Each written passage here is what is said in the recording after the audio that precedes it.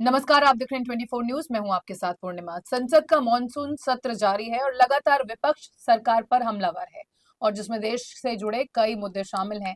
लेकिन सबसे तीखे सवाल हो रहे हैं अमेरिका के राष्ट्रपति डोनाल्ड ट्रंप को लेकर।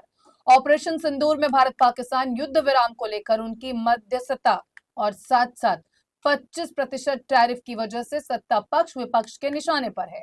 कांग्रेस लगातार ये मुद्दा सदन में और सदन के बाहर भी उठाती रही है, जिसे बार बार डोनाल्ड ट्रंप के युद्ध विराम करवाने की बात पर सरकार को घेरा जाता रहा है। लोकसभा में नेता विपक्ष और कांग्रेस सांसद राहुल गांधी के बाद उनकी बहन और वायनाड से सांसद प्रियंका गांधी वाड्रा ने भी कई सवाल उठाए हैं। कांग्रेस सांसद प्रियंका गांधी ने गुरुवार को सदन में जाते वक्त मीडिया से बातचीत की। इस दौरान उन्होंने कहा कि सभी जानते हैं कि अमेरिकी राष्ट्रपति ने क्या कहा है और क्या किया है। सरकार ऐसे मुद्दे पर चुप नहीं रह सकती। और क्या कुछ कहा है सांसद प्रियंका गांधी ने, ये आपको दिखाते हैं कि अमेरिका के राष्ट्रपति जी ने क्या कहा है। टैरिफ के बारे में बोला है और जंग के बारे में फिर से बोला है कि मेरे कहने से भारत और पाकिस्तान दोनों ने जंग रोकी।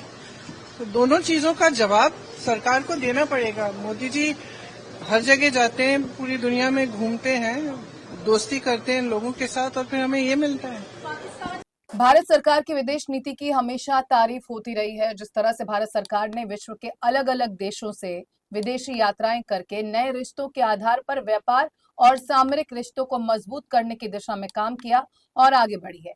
ऐसे में पीएम मोदी के सत्ता में आने के बाद से अमेरिका के साथ रिश्तों में आए बदलाव को भी मोदी सरकार की कूटनीतिक जीत से जोड़कर देखा जाता रहा है।